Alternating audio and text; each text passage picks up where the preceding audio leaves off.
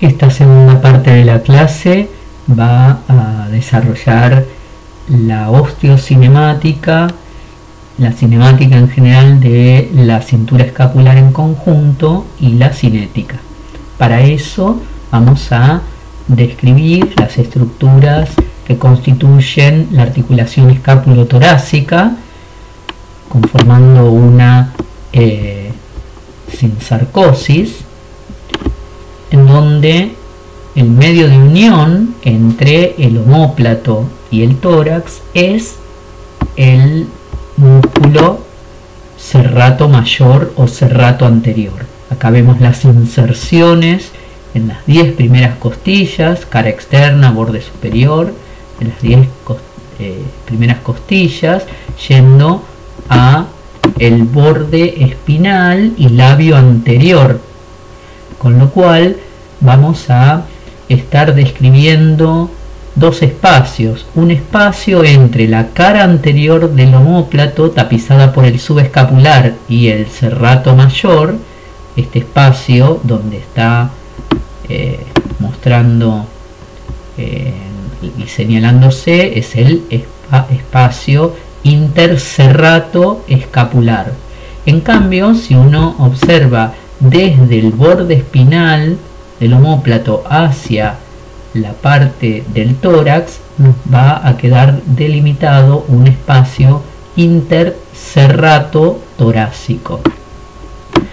Si lo vemos desde el borde medial, tendríamos que levantar el trapecio, el angular, el romboides menor, el romboides mayor, y por este sector entrar al espacio interserrato torácico.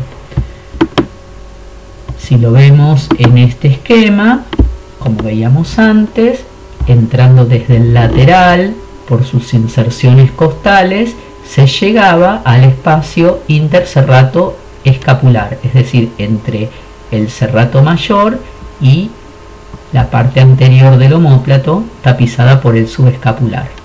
En cambio, si vamos por el sector posterior, por el borde espinal del omóplato, habiendo levantado el trapecio y el romboides, se puede abordar a este espacio entre el serrato y el tórax, interserrato torácico. También se les puede conocer a estos espacios como homoserrático o tóraco-serrático. Estos espacios están también cubiertos de un tejido celulograso que permite los deslizamientos. El ángulo que habíamos mencionado va a estar conformando el omóplato con el plano frontal, es de 30 grados, así como el de la clavícula con el plano horizontal. Entonces, entre el omóplato y la clavícula queda conformado un ángulo abierto hacia adentro denominado ángulo cleido-escapular normal de 60 grados. Y acá vemos cómo forma este ángulo escapular, un ángulo de 30 grados respecto del plano frontal. Cuando se observa también acá el borde espinal del omóplato, es a través del cual se puede acceder al espacio interserrato torácico.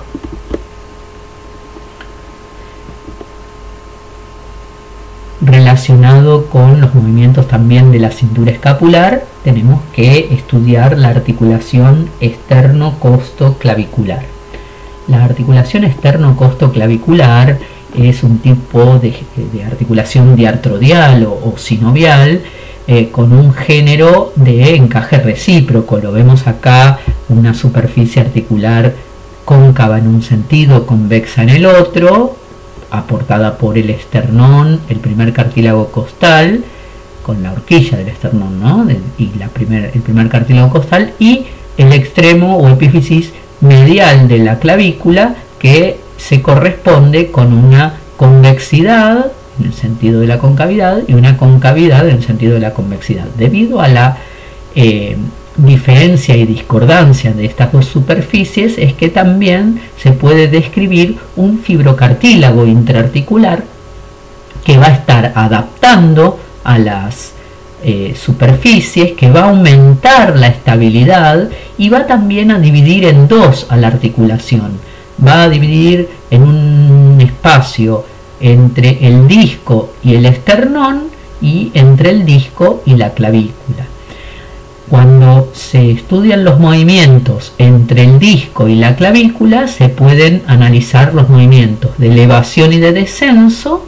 En cambio, entre el disco y el esternón se van a poder realizar los movimientos de antepulsión y retropulsión y de rotación. Y es acá que los convoco a realizar una maniobra para comprobar este movimiento de rotación, porque uno diría en un encaje recíproco no tendría posibilidad de rotar. Sin embargo, la presencia de ese fibrocartílago permite esos movimientos de rotación. ¿Cómo vamos a hacer la maniobra? Vamos a poner nuestra mano, el dedo índice con su cara palmar sobre la cara superior de la clavícula contralateral para poder percibir los movimientos de la clavícula.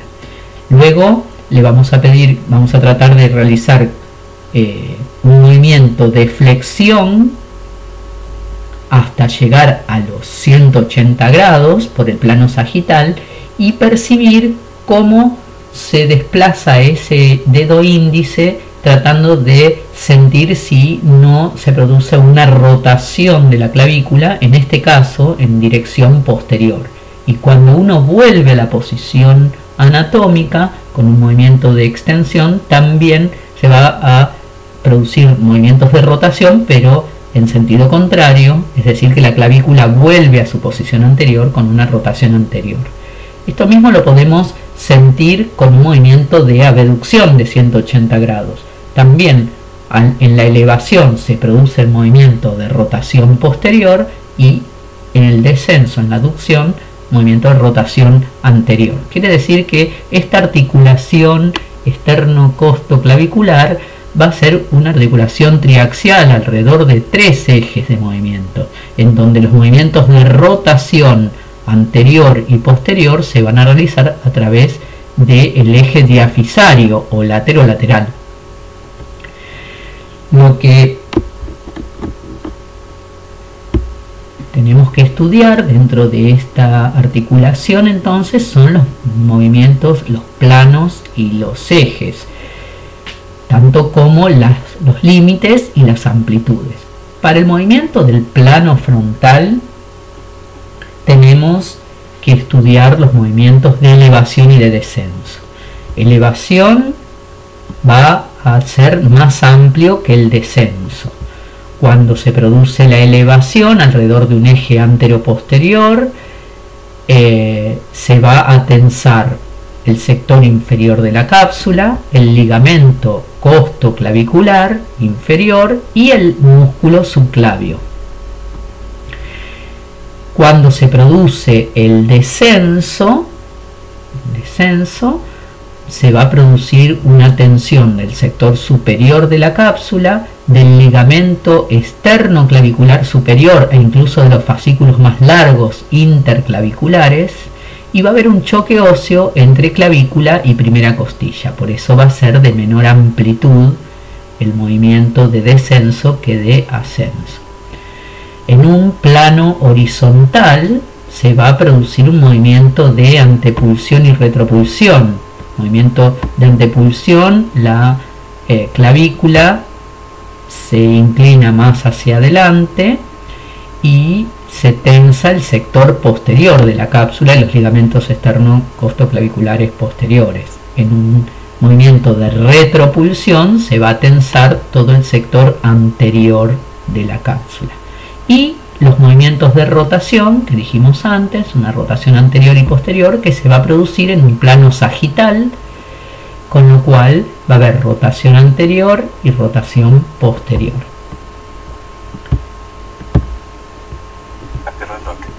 Acá observamos estos movimientos en este video, es el final donde nos está mostrando la articulación glenohumeral, que ya la estudiamos, y ahora va a pasar a describir el ligamento coracoacromial y los ligamentos coracoclaviculares, que van a estar también en relación con los movimientos de rotación de la clavícula. Cuando estudiamos recién el movimiento de rotación posterior, se va a producir tensión del ligamento conoide y la rotación anterior trapezoide. Acá estamos viendo la tensión de los ligamentos en la elevación, cómo se tensa el sector inferior de la cápsula, elevación y descenso, un choque, retropulsión y antepulsión. Los movimientos de la articulación externo-costoclavicular. Cuando se estudia la artrocinemática, observamos que se van a aplicar las leyes de articulación cóncava-convexa y convexo-cóncava. Tenemos acá que recordar solamente que para los movimientos de elevación y descenso, la superficie cóncava la pone el esternón y la superficie convexa la clavícula, con lo cual la ley va a ser cóncava-convexa, es decir, cuando se eleva la clavícula, rueda hacia arriba pero desliza hacia abajo, y como recién se vio en el video, en el descenso rueda para abajo pero desliza hacia arriba, generando entonces esa protrusión del sector de la extremidad inferior interna o medial de la clavícula.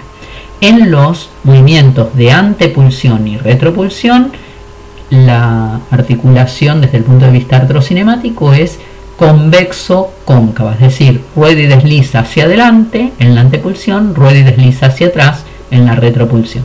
Y como sabemos, las rotaciones tienen osteo y artrocinemática similares.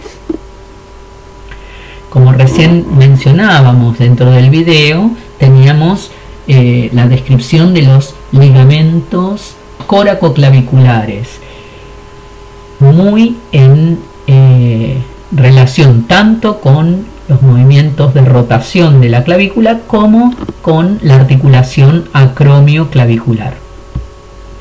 La articulación acromioclavicular es una articulación del tipo sinovial y del género Artrodia. Para mejorar la congruencia, también va a tener un disco o fibrocartílago intraarticular en forma de cuña, cuya base es superior, cerrada por una cápsula bañada por la sinovial y reforzada por ligamentos superiores e inferiores. Estos movimientos de la articulación artrodia son movimientos de deslizamiento en los tres planos propios de la articulación: un deslizamiento para los movimientos de antepulsión-retropulsión en sentido anterior-posterior, un deslizamiento hacia arriba y hacia abajo en los de elevación y descenso, y un deslizamiento de poca magnitud pero permitido por la presencia del fibrocartílago en las rotaciones. Este menisco fibrocartílago entonces va a estar impidiendo esa luxación inferior, mejora la orientación y la correspondencia de las articulaciones, y también le va a dar una transmisión flexible a estas estructuras. Cuando estudiamos la articulación coracoclavicular, sabemos que es una unión a través de ligamentos, es una articulación no sinovial, es una sindesmosis entonces, y vamos a describir los ligamentos trapezoide, ¿sí?, o anteroexterno, que se ubica más en un plano sagital, y el conoide, que se ubica más en un plano frontal, tomando inserción en el borde posterior de la clavícula y el vértice hacia abajo en la base de la apófisis coracoides. Estos ligamentos van a ser importantes durante esos movimientos de rotación de la clavícula. Como este ligamento conoide se toma inserción en su borde posterior, cuando se tensa genera la rotación posterior. Pero también vamos a poder analizar cómo se relaciona con el movimiento de las articulaciones acromioclaviculares, esternocostoclavicular y escapulotorácica. Para eso vamos a hacer también una maniobra que es ubicar en el hombro contralateral, a la mano que voy a tratar de utilizar como palpación, el pulgar sobre la clavícula y el índice sobre el borde superior del omóplato, generando entonces entre pulgar e índice un ángulo abierto hacia adentro, como si estuviésemos palpando el ángulo cleidoescapular que habíamos descrito antes. En posición anatómica comenzamos un movimiento de antepulsión y sentimos que tanto pulgar como índice se nos acerca. Esto nos está evidenciando que el ángulo cleidoescapular se cierra durante la antepulsión, y cuando vamos hacia la retropulsión, toda la cintura escapular, pulgar e índice se separa, es decir, que el ángulo cleidoescapular se abre. Esto nos va a dar entonces también una ayuda para entender el comportamiento durante estos movimientos. En estos movimientos de antepulsión y retropulsión podemos entonces relacionarlos con la apertura y el cierre del ángulo cleidoescapular. Cuando se abre el ángulo cleidoescapular, se abre durante la retropulsión, ahí se tensa el ligamento conoideo. Como se tensa el ligamento conoideo que toma inserción en el borde posterior de la clavícula, tracciona de ella, y durante la retropulsión también se produce la rotación axial de la clavícula hacia atrás.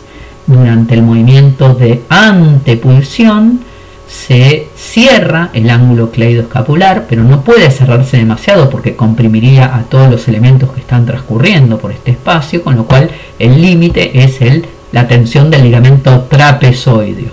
En este caso va a generar una rotación anterior cuando se relaja el ligamento conoideo. En cambio, durante los movimientos de báscula, que ahora vamos a describir, se van a tensar ambos ligamentos, tanto el conoideo como el trapezoide, en estas básculas internas y externas. En conjunto, entonces, vamos a tener que estudiar la osteocinemática y la artrocinemática con planos, ejes, movimientos, límites y amplitudes, y los centros de rotación, tanto de la articulación acromioclavicular, que van a ser deslizamientos, de la coracoclavicular, que van a ser las tensiones ligamentarias, como de la escapulotorácica a través de la sinsarcosis. Veamos entonces cómo se combinan y trabaja la cinemática de la cintura escapular en conjunto. Empecemos por planos, ejes y movimientos. Si nosotros pensamos en un plano frontal o coronal, el centro de rotación está cerca del borde espinal a nivel del omóplato, y van a realizar movimientos que pueden ser de deslizamientos o rotación. Los deslizamientos van a ser elevación y descenso, es decir, se desliza el omóplato en el espacio de la sinsarcosis hacia ahí arriba y hacia abajo, y aducción o abducción de escápulas, es decir, se acerca el borde espinal de la escápula hacia la línea media, se aleja el borde espinal de la escápula de la línea media. Estos movimientos son de deslizamientos. En cambio, dijimos antes, también vamos a tener rotaciones o básculas que van a realizarse alrededor de un eje anteroposterior, como dijimos, cerquita del borde espinal.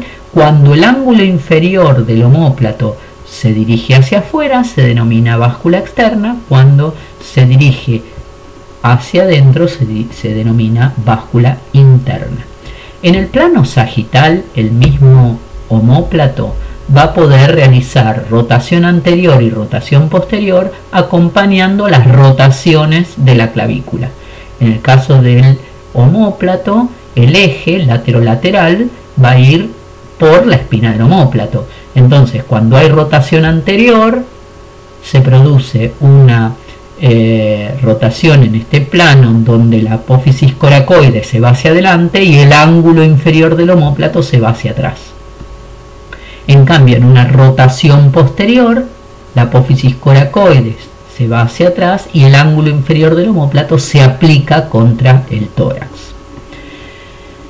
En el plano horizontal también vamos a poder describir rotaciones a través de un eje vertical que pasa por el medio de la espina del omóplato y va a estar acompañando los movimientos de antepulsión y retropulsión con una rotación interna de escápula, es decir, que la cara de la cavidad glenoidea apunta hacia adentro, hacia la línea media, y el borde espinal del omóplato sobresale hacia atrás, en algunos casos generando lo que se denomina escápula lata. En cambio, una rotación externa va alrededor de este eje vertical, va a llevar a la cavidad glenoidea bien hacia atrás y afuera, y el borde espinal del omóplato a aplicarlo sobre la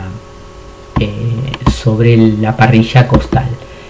Si nosotros lo vemos en estos dibujos del Viladot, podemos encontrar que en este sentido, acá está describiendo a los movimientos que recién hablábamos de la escápula torácica, pero que también se acompañan simultáneamente en toda la cintura escapular de los movimientos de la articulación acromioclavicular y esternocostoclavicular. Si nosotros lo vemos en sentido vertical, vamos a verlo por planos. Acá vemos el plano horizontal, acá vemos el plano frontal y acá vemos el plano sagital. En esto, entre paréntesis, una fe de ratas del Viladot.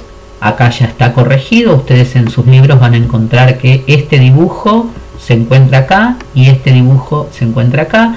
Pero cuando ustedes observan, este dibujo claramente es del plano frontal y este del plano horizontal. Sin embargo, en el texto se encuentran invertidos. Lo mismo en esta parte del dibujo de la esternocostoclavicular.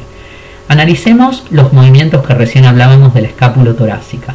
Acá vemos en el plano horizontal que va a haber un movimiento de rotación interna y de rotación externa, uno en antepulsión y otro en retropulsión. En el plano frontal, las básculas. Una báscula externa cuando el ángulo inferior se va hacia afuera, una báscula interna cuando se va hacia adentro. Y en el plano sagital, una rotación anterior cuando la apófisis coracoide se va para adelante y el ángulo inferior se va hacia atrás, o una rotación posterior cuando la apófisis coracoide se va hacia atrás y el ángulo inferior se aplica contra el tórax. Simultáneamente a esto se puede analizar un movimiento en la articulación acromioclavicular en donde el ángulo cleidoescapular o se abre o se cierra. Habíamos dicho que se abre durante la retropulsión y se cierra en la antepulsión. En el plano frontal podemos estudiar ascenso y descenso, y en el plano sagital rotación anterior o rotación posterior de clavícula y de omóplato. En la esternocostoclavicular, ¿qué podemos analizar? Podemos estudiar en un plano horizontal antepulsión y retropulsión en esta articulación, en el plano frontal elevación y descenso, y en el plano sagital, como dijimos, rotación anterior y posterior. Cuando vemos los tipos de movimiento clasificándolos por rotaciones o deslizamientos, se puede estudiar que los deslizamientos nos van a producir traslaciones del hueso en los distintos planos, en el de elevación y descenso, en el plano escapular a 30 grados del plano frontal, o aducción abducción de escápula, es decir, manteniendo el borde espinal paralelo a sí mismo y acercándose o alejándose de la línea media. Las rotaciones alrededor de los ejes que ya se describieron van a poder ser en el plano frontal las básculas, interna o externa. En el plano horizontal, la rotación interna o externa a través de alrededor de un eje vertical. Y en el plano sagital, la rotación anterior y posterior. Si vemos aquí los movimientos, retropulsión, antepulsión, esto ya lo habíamos visto, y acá lo vemos desde el sector posterior, en donde hay elevación y descenso o depresión, antepulsión y retropulsión, báscula externa y báscula interna.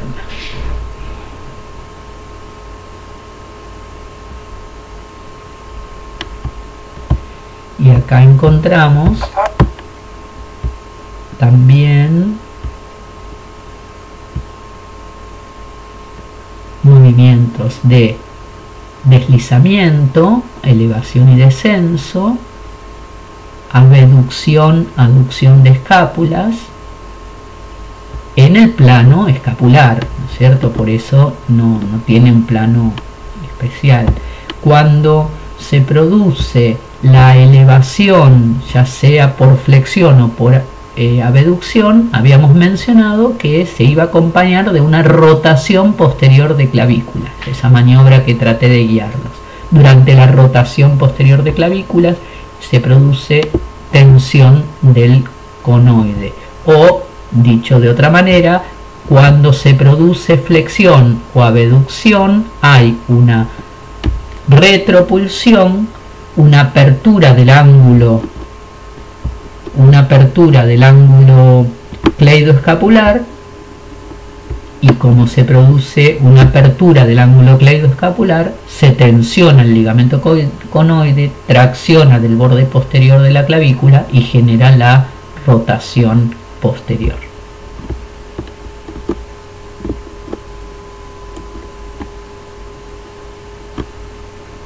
Con lo cual aquí tenemos en resumen los gráficos típicos de Kaplanyi de lo que estuvimos explicando. Acá vemos los movimientos de abducción, aducción, de báscula externa o báscula interna, de elevación y descenso, de antepulsión, retropulsión y su correspondiente comportamiento del ángulo cleidoescapular.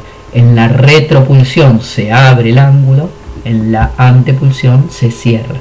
El ángulo normal, lo describimos, era de 60 grados y es de poca amplitud esta apertura y cierre, para conservar el espacio por las estructuras que están transcurriendo por ese sector. Una vez que ya tenemos toda la cinemática estudiada, podemos avanzar sobre el estudio de la cinética o de la miocinética si estudiamos los músculos de la cintura escapular. Las funciones que van a estar cumpliendo los músculos de la cintura escapular son la de generar grandes fuerzas para mover todos los objetos, producir velocidades angulares y aceleraciones. Tenemos que también van a estar generando la suspensión o elevación del cuerpo cuando se trabaja en cadena cerrada, el sostén o transporte de cargas cuando están trabajando en cadenas frenadas, con gran amplitud de movimientos, con mucha estabilización de estas articulaciones, es decir, como factor activo de estabilidad, y con el posicionamiento de la mano en las 3 dimensiones en toda la amplitud que se había analizado al inicio de la clase con el estudio de toda la cadena cinemática del miembro superior en conjunto. Miralles organiza a los músculos de esta región en 4 planos. Podemos pensar en un primer plano que además van a estar asociados también por la unión de las fascias que lo recubren. El primer plano, el deltoides, hacia adelante con una continuidad casi funcional y anatómica con el pectoral mayor, las fibras claviculares del deltoides y del pectoral mayor solamente son interrumpidas por ese pequeño espacio o surco deltopectoral. Hacia atrás y hacia arriba van a tener continuidad también con la fascia del trapecio. En este caso lo vemos deltoides en su inserción de la espina, su continuidad facial con el trapecio, hacia adelante en las inserciones acromiales y claviculares, el surco deltopectoral. Estos son fascículos del deltoide, fascículos del pectoral mayor,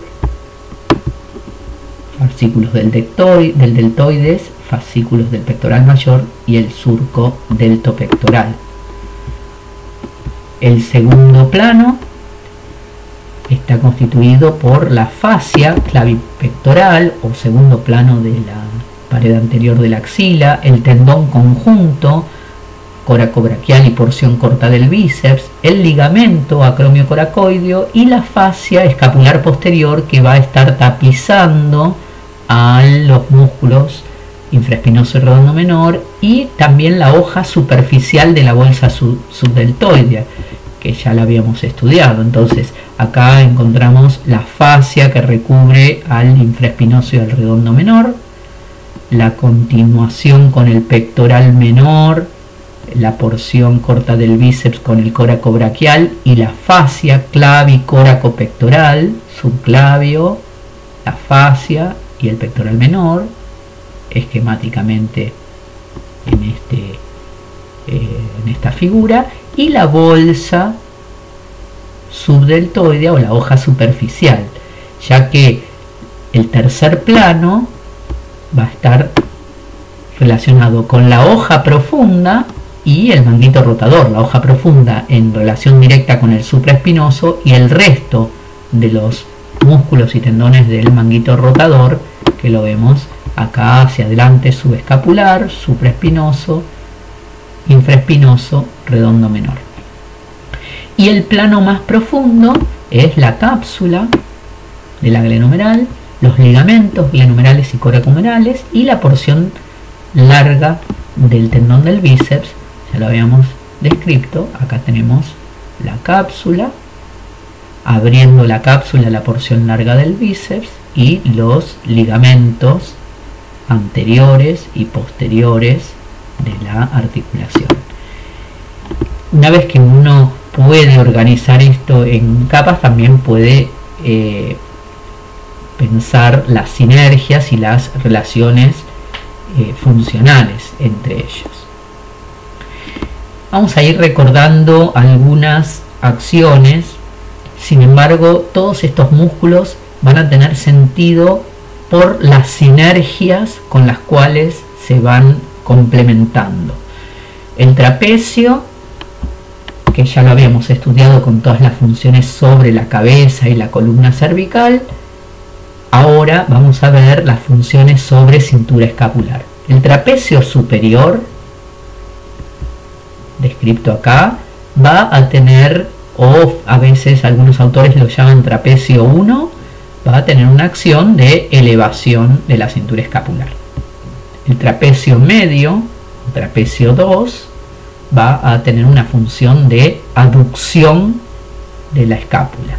Y el trapecio 3 o trapecio inferior, hasta la décima espinosa dorsal, va a generar un descenso de la cintura escapular. La fascia del trapecio, que integra a todos y que va a tomar inserción en esa porción triangular de la parte más medial de la espina del omóplato, algunos autores lo mencionan como trapecio 4. Junto con el trapecio y sinérgico para la cabeza, ¿no es cierto?, el ECOM también hace extensión, inclinación y rotación heterolateral, como las mismas acciones del trapecio. Se encuentran en el mismo plano y lo inerva las mismas estructuras provenientes del 11º par espinal y del plexo cervical profundo. El ECOM va a terminar en este caso en los fascículos externo-claviculares, ¿no?, proveniente de la zona más lateral de la línea curva occipital y de la apófisis mastoides, y va a producir elevación de la cintura escapular en sinergia con el trapecio superior. Cuando levantamos el plano del trapecio en este sector, vamos a poder descubrir el angular del omóplato o elevador de la escápula y el romboides, que se divide en romboides menor y romboides mayor. El romboides menor es el que viene desde la espinosa C7 al borde espinal del omóplato por debajo de la espina, y el romboides mayor desde la espinosa T1 a T4 T5 en todo ese borde espinal hacia abajo de la espina del omóplato. El angular del omóplato, en cambio, viene desde los tubérculos posteriores de las apófisis transversas de las vértebras cervicales 2 a 5. Cuando observamos el angular del omóplato o elevador de la escápula, claramente eleva o asciende la cintura escapular. Entonces tiene una sinergia con el trapecio superior y con el econ. Cuando trabaja el romboides menor y mayor, va a realizar una aducción de escápula.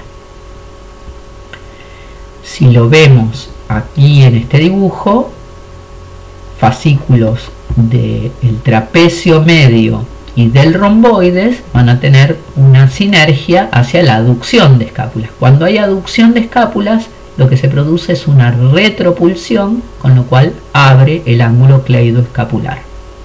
Si tenemos que asociar la elevación, podemos unir en sinergia al trapecio superior, al angular y al econ por delante.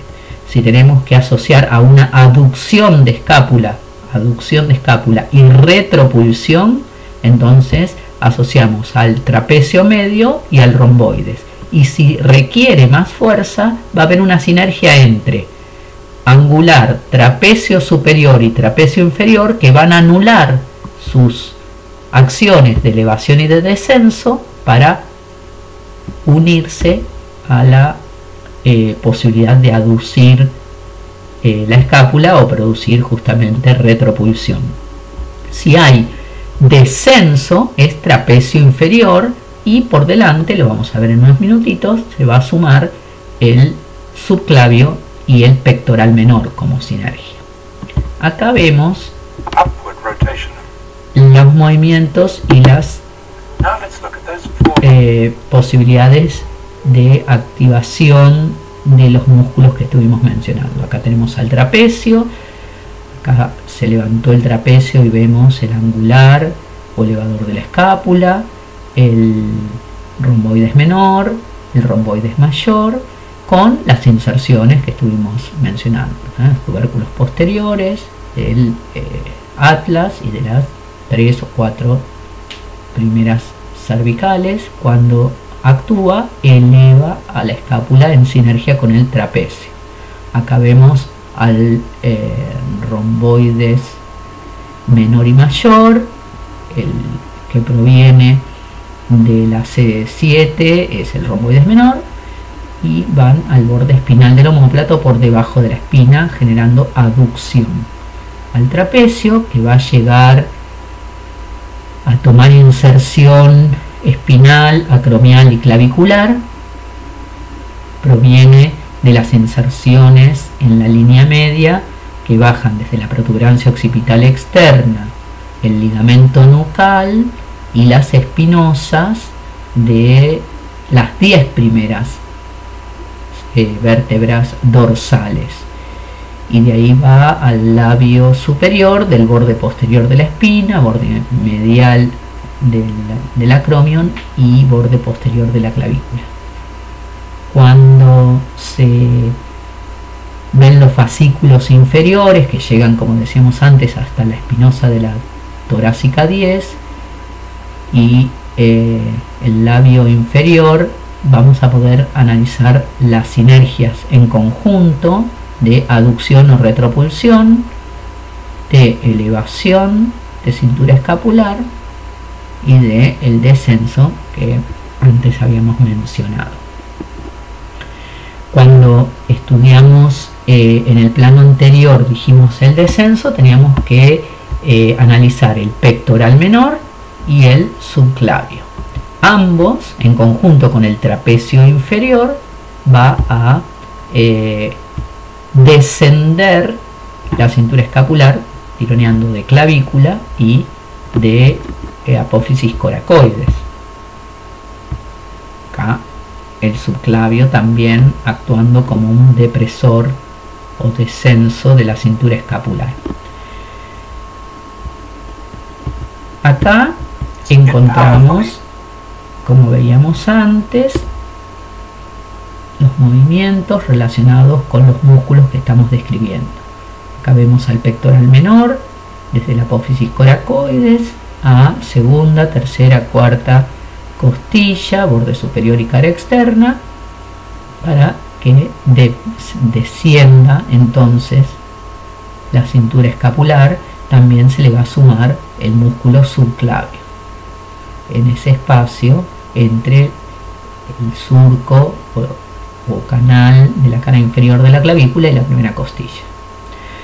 Importante recordar acá también que se une a la cintura escapular el homoioideo, como lo está mostrando este preparado, en la parte más medial de la escotadura coracoidea, puesto que los movimientos del ilioides también van a tener relación con la escápula, y la posición de la escápula también va a tener diferentes acciones en los músculos infraioides. Primer plano de la axila, lo vemos acá el pectoral mayor con fibras claviculares y esternales, y el dorsal ancho. Ambos, y en conjunto con el redondo mayor, van a ser también sinérgicos para la aducción y la rotación interna. Aquí vemos el trasfondo de el vértice de la axila con una pared anterior y la pared posterior. Aquí tenemos las inserciones del pectoral mayor que van al labio anterior o externo del canal bicipital. Va a producir flexión, aducción y rotación interna. Rotación interna. Si vemos el dorsal ancho o latissimus dorsis en nomenclatura, va desde la torácica 6 a todas las torácicas, todas las lumbares, la parte cuarto posterior de la cresta ilíaca, 4 últimas costillas, ángulo inferior del omóplato, y todo ello va al fondo de la corredera bicipital. Entonces va a también realizar un movimiento de aducción junto con el redondo mayor, una sinergia. Va a realizar movimientos de aducción, extensión y rotación interna. Ahora lo vemos. Aducción, extensión y la rotación interna. Va de presión, rotación interna cuando lleva hacia atrás el canal bicipital.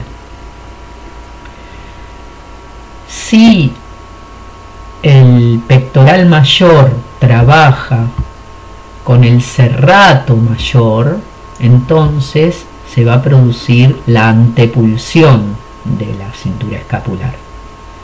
Si el serrato mayor trabaja con el trapecio superior, se va a producir una báscula externa.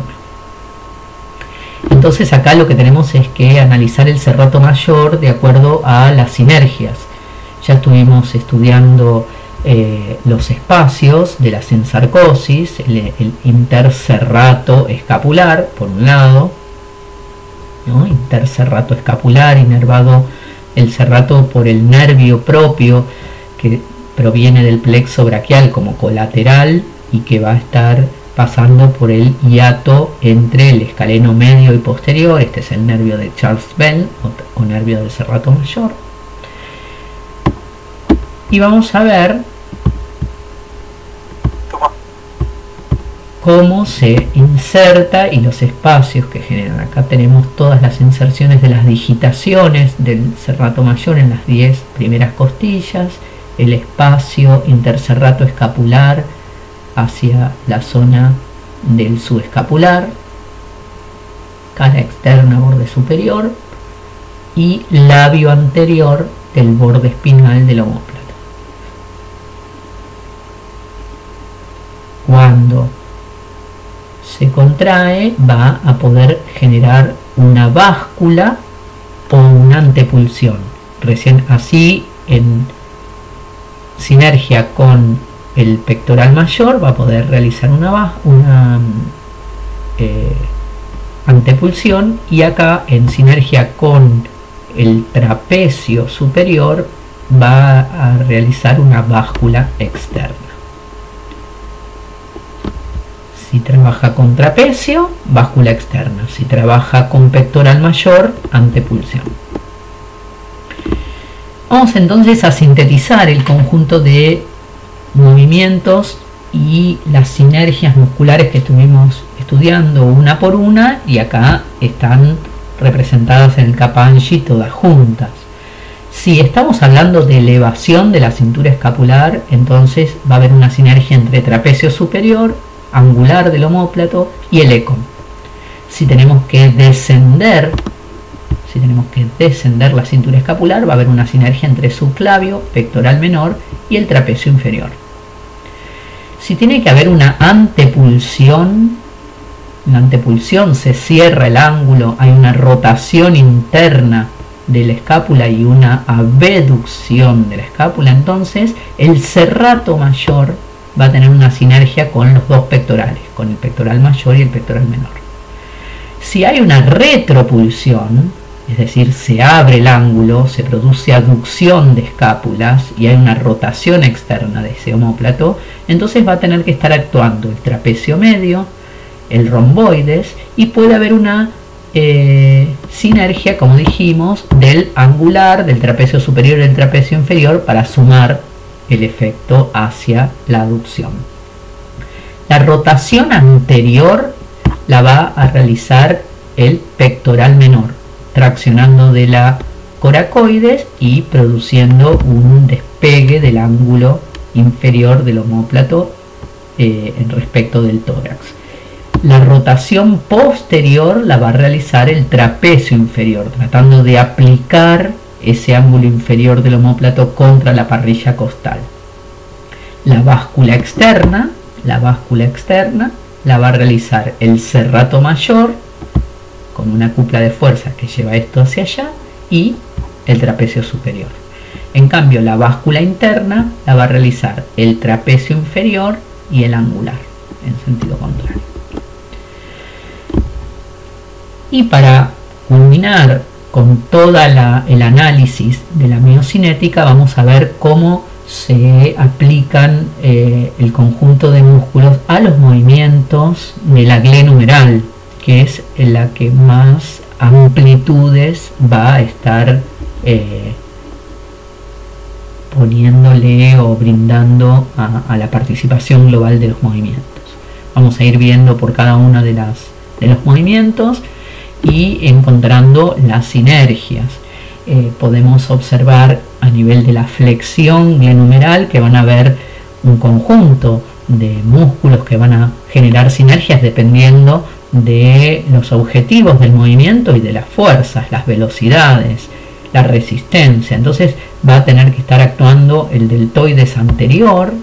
Ahora vamos a hablar un poquito más profundo sobre el deltoides, pero ahora nos estamos refiriendo a estas fibras claviculares o deltoides 1 y 2, al pectoral mayor con todas sus fibras, sobre todo las claviculares, pero para la flexión nos va a llevar más las fibras claviculares y para la aducción más las fibras externales, el córaco clavicular y la porción corta del bíceps con su inserción en tendón conjunto, y la porción larga del bíceps que también va a estar colaborando en la flexión junto con el músculo subescapular. Si nosotros necesitamos que se le sume a la flexión una báscula externa, sabemos que requerimos de la sinergia del serrato mayor y del trapecio superior. El Kapandji describe 3 tiempos de la flexión, que ahora vamos a ir analizando también en abducción, que no son tan estrictos. Es una manera didáctica de ir definiendo las participaciones o las secuencias de participación de los músculos. En una secuencia en donde empezamos con el brazo al costado del cuerpo, se produce flexión en el plano sagital hasta más o menos unos 60 grados gracias a la activación de los músculos que mueven la glenohumeral, es decir, deltoides, pectoral, coracobraquial o coracobíceps y subescapular. Pero cuando se llega a esos 60 grados y se quiere llegar a los 90, se requiere de la participación de la cintura escapular para que produzca una báscula externa, por lo cual se incorpora en la activación el trapecio superior y el serrato mayor. Para los últimos grados de la elevación y llegar a los 180 grados, se requiere una inclinación del raquis hacia el lado contrario, con lo cual va a estar participando los músculos espinales heterolaterales. Si en vez de un solo lado se produce la flexión de ambos brazos, de ambas glenohumerales simultáneas, entonces los músculos espinales van a generar una hiperlordosis a nivel lumbar y un aplanamiento de la cifosis a nivel dorsal. Cuando se requiere un movimiento de extensión, vamos a encontrar las siguientes sinergias. Va a estar actuando el deltoides posterior, o como dentro de unos minutitos vamos a describir, el deltoides donde toman las fibras espinales, fibras 5, 6 y 7, que van a extender, a llevar a la glenohumeral hacia la extensión. Lo mismo el dorsal ancho o latissimus dorsis, la porción larga del tríceps, el redondo mayor, ya lo habíamos descrito, y vamos a encontrar una sinergia entre redondo mayor y romboides y otra sinergia entre dorsal ancho y porción larga del tríceps. Esta sinergia, la del dorsal ancho con la porción larga del tríceps, estabiliza la articulación, porque las fuerzas del dorsal ancho, cuando traccionan del fondo de la corredera bicipital, podría llegar a luxar hacia abajo a la cabeza del húmero, por la gran fuerza de descenso, de aducción, extensión y rotación interna. Entonces, la activación de la porción larga del tríceps, ya habíamos dicho que con el brazo al costado del cuerpo eleva la cabeza, con lo cual contrarresta el descenso. Y la sinergia del redondo mayor romboides, como lo vemos acá, redondo mayor romboides, se requiere para que si tenemos que mover la glenohumeral respecto del omóplato, entonces el omóplato tiene que ponerse con punto fijo respecto de la columna vertebral. Si yo quiero realizar extensión, aducción y rotación interna, como lo muestra este dibujo, entonces se va a activar el romboides para dar punto fijo al omóplato y producir el movimiento incluso contra resistencia o con fuerza del redondo mayor. En la abducción, que es el movimiento, uno de los movimientos más complejos que genera más carga mecánica, se van a tener que estudiar estos puntos y vamos a ir desarrollándolos uno por uno, porque las sinergias de la abducción también generan una secuencia de tiempos de abducción denominado ritmo escapulohumeral, en donde estas secuencias se van a dar con determinadas proporciones normales. Y vamos a tratar de actualizar un poco lo que menciona Kapandji con estos dibujos que son muy didácticos, pero está alejado un poco de la realidad en esta secuencia y en esta participación de los músculos de la abducción.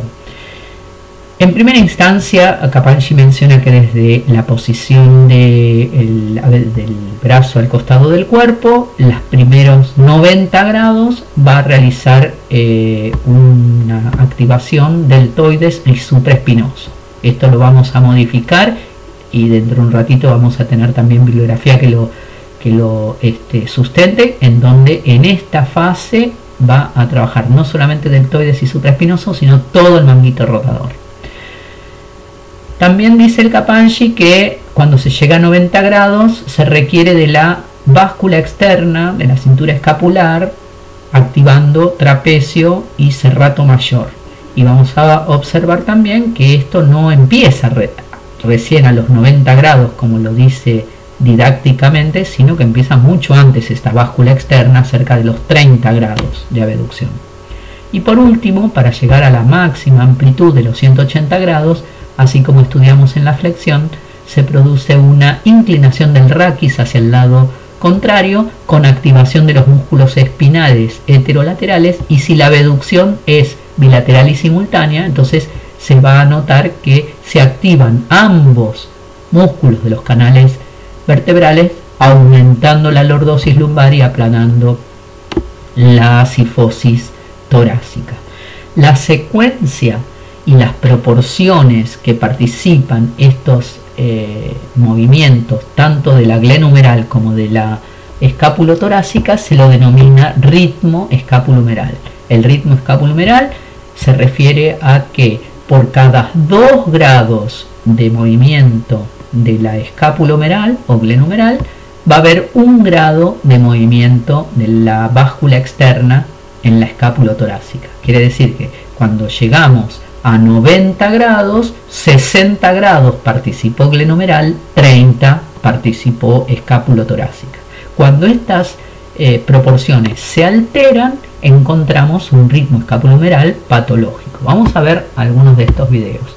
Este caballero hace un movimiento de ritmo escapulohumeral que se frena por dolor. Vemos los bordes espinales del omóplato como se mueven en báscula externa, y la abducción glenohumeral, un poco más amplia del izquierdo que del derecho, llega un poco más que los 90 grados. Cuando hace un tratamiento, logra un ritmo escapulohumeral normal y llega hasta la amplitud de 180 grados. Ahí vemos cómo la báscula externa, los bordes espinales del omóplato, acompañan en un ritmo muy coordinado con la abducción de la glenohumeral. Podemos ilustrar, si bien no es nuestro objetivo analizar la patología, pero podemos observar unas grandes diferencias de compensaciones y de alteraciones en este ritmo escápulo-humeral o glenohumeral, sobre todo del lado derecho. No vamos a analizar lo patológico, pero queda evidenciado. Acá vemos un autor que ya no de los últimos años, así que ya hace bastantes, muestra cómo se produce estos porcentajes de movimientos en las 3 fases del ritmo escapulohumeral, y donde podemos completar, si se quiere, las cuplas de fuerza y las participaciones de los músculos que describe Capangyi. Capangyi describía deltoide supraespinoso para fase 1, trapecio, serrato mayor para fase 2, espinales para fase 3. Y acá observamos que en una primera fase, donde se llega a 30 grados de abducción de la glenohumeral, ya hay un movimiento de la escápulo-torácica, que cuando después hacemos las cuentas sabemos que este movimiento mínimo es de 10 grados, y una elevación de unos 6 grados en la esternocostoclavicular.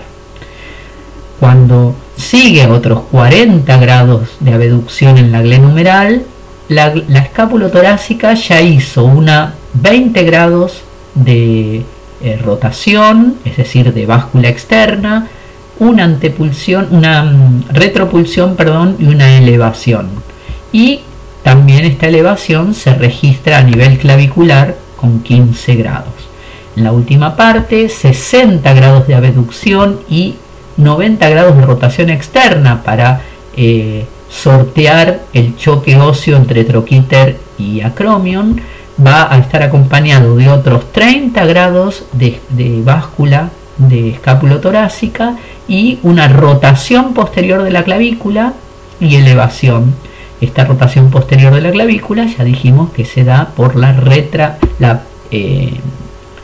retropulsión, apertura del ángulo, tensión del ligamento conoideo y genera entonces la rotación de la clavícula y de la escápula. Cuando vemos los movimientos de báscula de la escápula, si sumamos, acá tenemos 30, 20 y por supuesto, como habíamos dicho, 10 de este nos dan los 60 grados de amplitud de la báscula externa que aporta la sinsarcosis del serrato mayor. Otro punto importante son estudiar con más detalle las porciones del deltoide. Si bien es cierto que desde el punto de vista descriptivo definíamos al deltoide con fibras claviculares, acromiales y espinales, un estudio más detallado nos muestra que hay 7 fascículos del deltoides. Fascículo 1 y 2 son los que toman inserción a nivel de la clavícula, 3 y 4 toman inserción en el acromion, 5, 6 y 7 a nivel de la espina. Cuando se empiezan a observar respecto del eje anteroposterior que cruza el plano frontal, fíjense acá, si estamos bien en un plano frontal, el eje anteroposterior es este. Si el movimiento se da en el plano escapular, a 30 grados del plano frontal, el eje anteroposterior es este. Cuando se hace una abducción pura, bien del plano frontal, y el eje es anteroposterior, ¿no?, perpendicular a este plano, lo que vemos es que los fascículos que van a realizar abducción son los que quedan por afuera y arriba de este eje.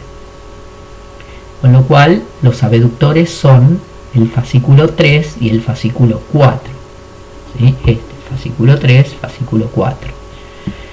Si el eje es en el perpendicular al plano de la escápula, se suma, entonces, en vez del fascículo 4, se suma el fascículo 2, generando también un movimiento de abducción sumado a la flexión, típico del adulto mayor, que no puede realizar un movimiento de retropulsión y báscula externa, con lo cual generan los movimientos de abducción en el plano escapular.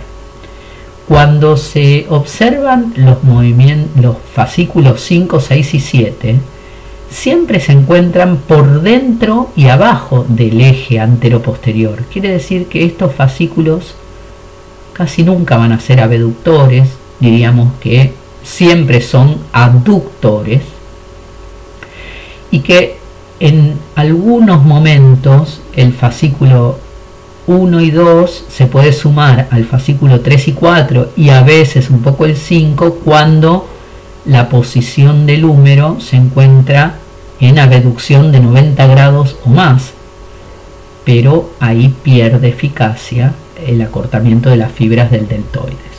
Acá vemos esta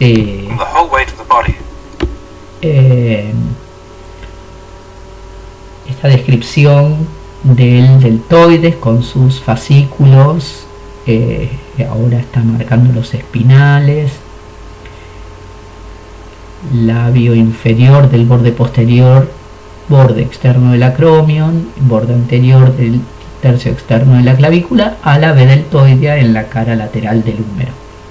Cuando nosotros observamos estos fascículos, vamos a ver que van a poder los fascículos anteriores trabajar en flexión, como ya los mencionamos, los fascículos posteriores 5, 6 y 7 trabajar en extensión, y los fascículos laterales 3 y 4 en abducción.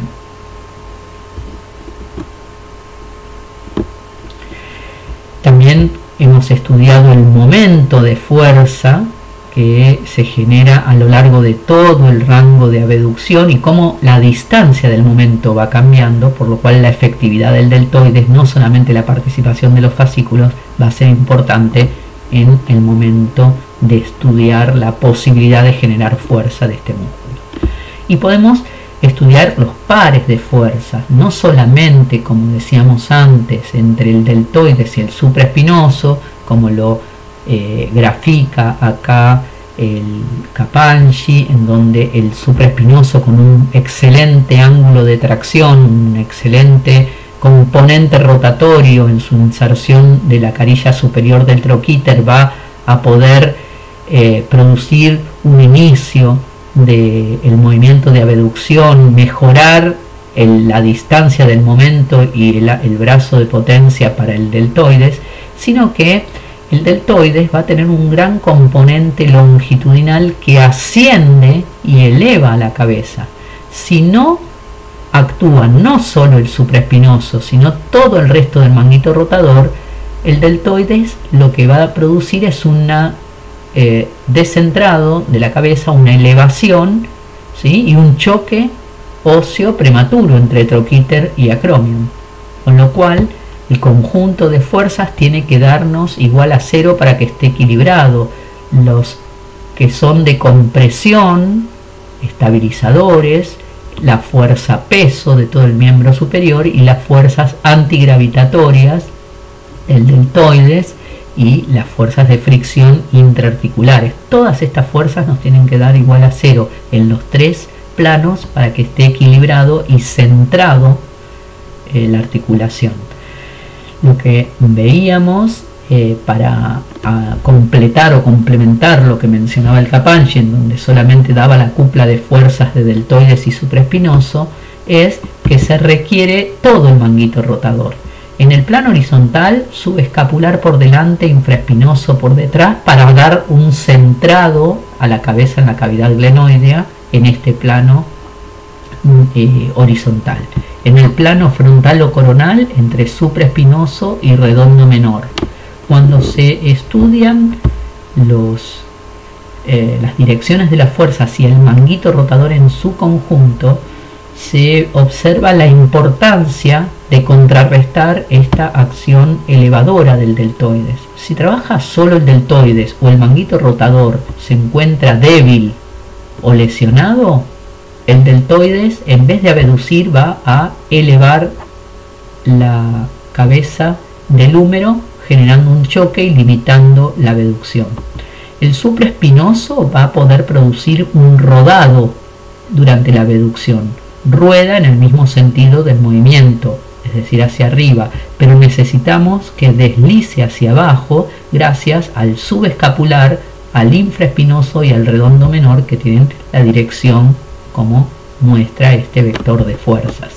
Lo podemos observar en estos preparados, a todo el manguito rotador, subescapular, supraespinoso, infraespinoso, redondo menor, y acá los vemos: subescapular, supraespinoso, infraespinoso y el redondo menor.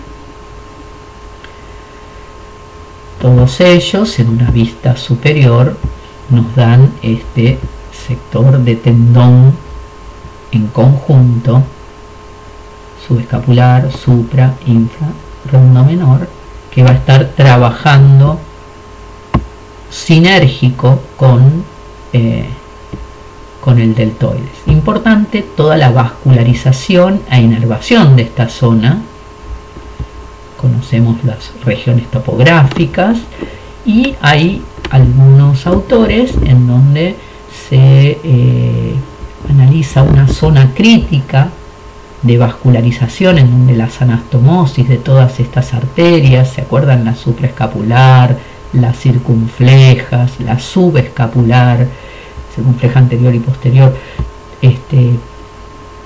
van a producir un sector de poca vascularización o una zona crítica, en donde también van a poder estar sufriendo los tendones si se lesionan con dificultad en la reparación.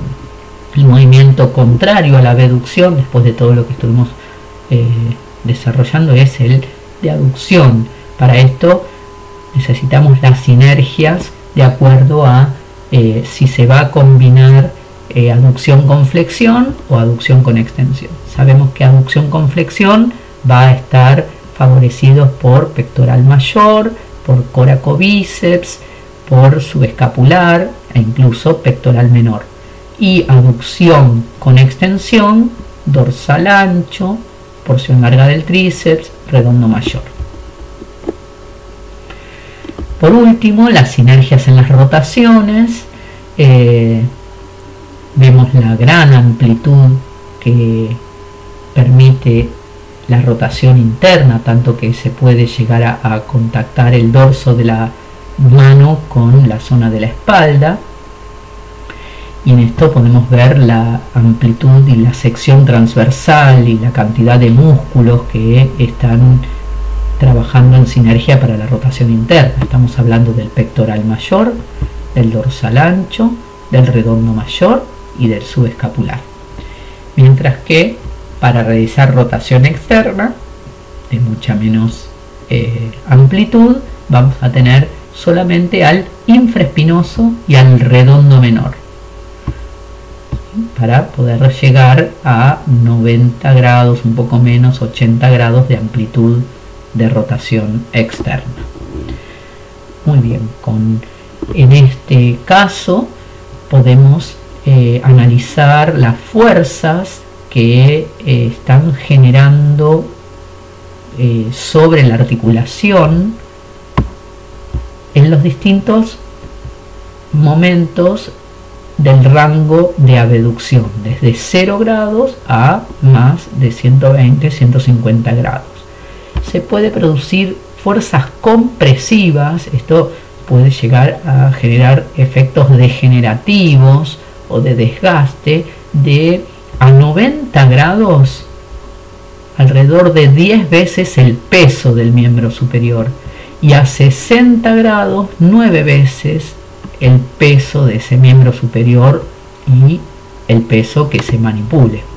Lo que se observan en cada uno de estos esquemas son la comparación de los vectores según cómo se ubique el húmero. Si se ubica en una rotación neutra, la N, si se ubica en una rotación externa con X o en una rotación interna con la Y. A 0 grados se observa que los efectos compresivos son menores en rotación neutra y bastante parejos y un poco mayores que en rotación neutra, tanto rotación externa como interna. Pero esta más o menos equilibrio y simetría empieza a dispararse apenas se produce abducción. Con 30 grados de abducción, la compresión generada en rotación neutra es mínima comparada con la rotación externa y comparada con la rotación interna, que es un vector de mayor magnitud. Cuando se llega a 60 grados sigue siendo la rotación interna la que peor efecto compresivo le genera a la articulación glenohumeral, en segunda instancia la rotación externa. Y cuando se llega a 90 grados, fíjense la fuerza de la rotación interna, que sigue siendo mucho mayor que la rotación neutra y la rotación externa. Aquí la rotación externa a 90 grados es la que menor compresión genera. Un poco más allá de los 90 grados ya no puede continuarse con rotación interna, por eso no se encuentra esquematizado el vector, y sí se nota que es mayor la rotación externa que la neutra. Como conclusión de todo este análisis, tenemos que pensar que hay que evitar los movimientos de amplitudes y con grandes pesos con la glenohumeral en rotación interna. Si nosotros observamos en la vida cotidiana, es muy frecuente ver que, como todos los movimientos se hacen hacia la línea media, hacia el campo visual, y requieren la manipulación de los objetos frente a los ojos, haya una sobrecarga de rotadores internos y las personas tengan una actitud postural en rotación interna, en donde se evidencia que la epitróclea, por ejemplo, está apuntando hacia atrás en vez de que epidróclea y epicóndilo se encuentran en el plano frontal, como lo describimos en el inicio de la clase. Con esto terminamos la unidad 14, que nos va a llevar 2 semanas de clase.